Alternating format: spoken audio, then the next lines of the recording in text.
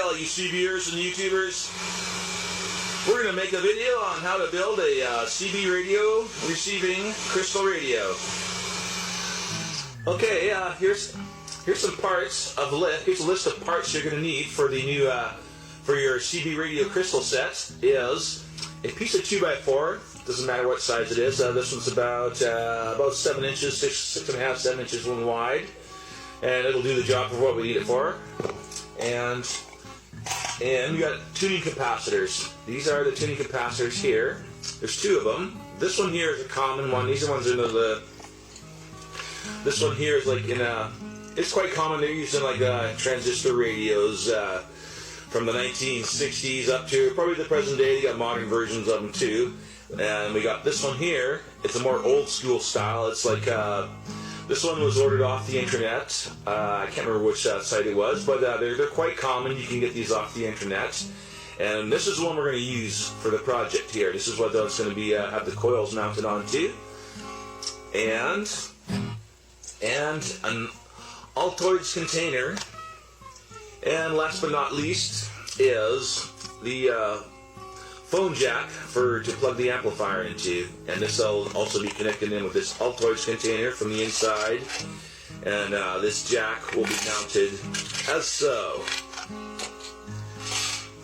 And last but not least, probably the most important part of any crystal radio is this thing. It is the germanium ion 34 diode, and inside this little thing is a little germanium crystal, and that's going to give you the sound to make this thing operate.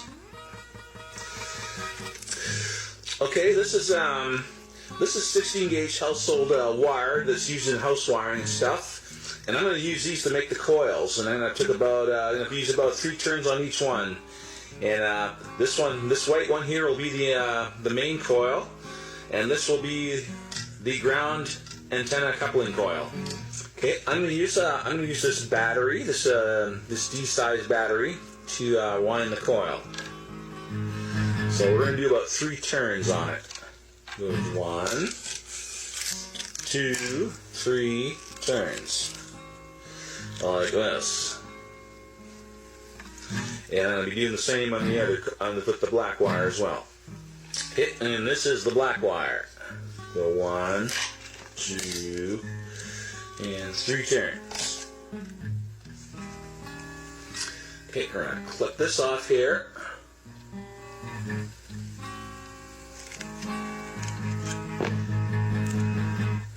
Okay, now we're going to cut off the plastic covering. Okay, here we have. This is the main tuning coil, and this will be going onto this tuning cap here, and this part here will go onto the ground. This will be soldered to the ground, and this end here will be soldered onto the positive end on the plate terminal right here. Okay, this is the antenna coil. We're gonna make a cut right here, like so, and we're gonna be peel the wires off like this. Okay, this is the antenna coil. And this here is the tuning coil. Okay, we're gonna put these two. We're gonna put these two together here. We're gonna put it in between like this. And these 2 wires will be twisted together, and I'm gonna do that right now.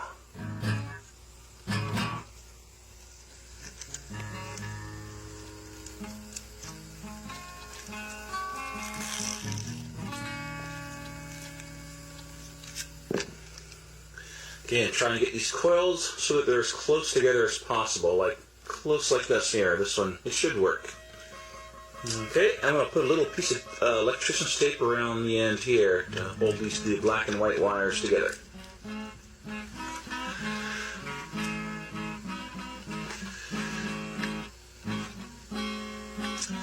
Okay, here's all our parts we got here. This is the Altoids one. It's got a hole drilled for the plug-in phone jack, and these holes here for the screws to mount onto the 2x4. And back here, there's 2 holes for the wires. One's for the ground wire, and the other one's for the positive wire that hooks up onto the diode inside the phone jack. And this is the fully assembled coil. Okay, this is the fully assembled coil, and we're going to add these wires onto it. This one's the ground wire. This will hook up onto the Altoids box. And this end will be the positive end, and that will also go into the Altoids box as well.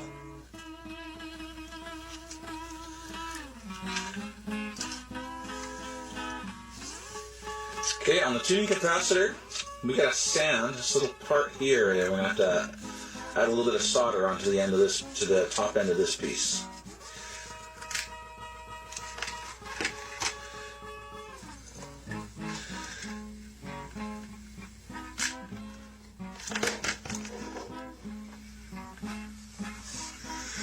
Okay, here's the coil.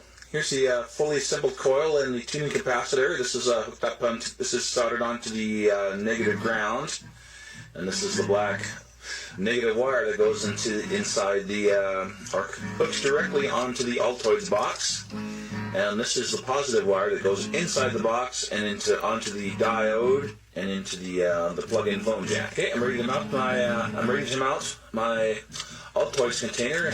As you can see, there's little strips of electrician's tape along here, and that's to prevent the any kind of contact from the positive wire, especially the diode.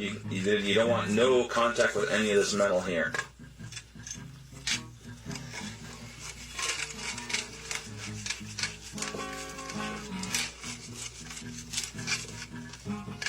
Okay, now I'm going to sand the middle of it here, and that'll give it a nice clean surface so I can put some solder onto it so I can attach the ground wire to it.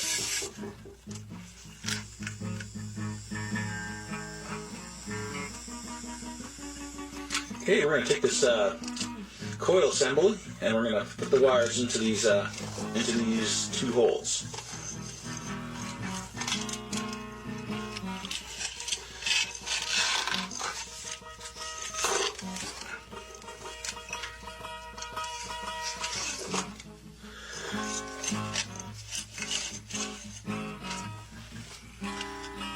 Okay, I'm going to solder this little diode here onto the positive end of the wire. That's this little wire here.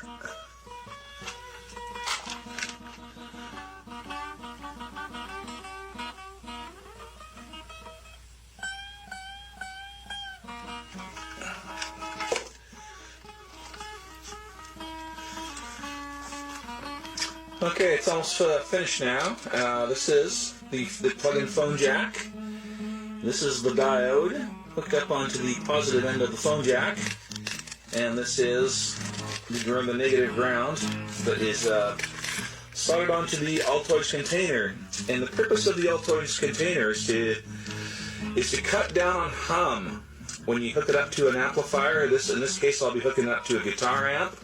So I want the inside of the phone jack, particularly the diode, you want it sealed off in this kind of metal container, or something that doesn't have to be necessarily completely sealed off, but it has to be close to something like a large metal piece. And that'll cut down on the hum. Okay, it's all done now. And as you can see, this is where you hook up the antenna and possibly a ground if you need to do that. But this was going to a guitar amp, so I don't think I'll need a ground. The negative on the negative plug should be able to create a ground effect from the plug on the socket. Well, we got it hooked up now, and it is working. It's picking up signals. There's a lot of sideband signals right now. It's probably up on the 28 megahertz, 10 meter band.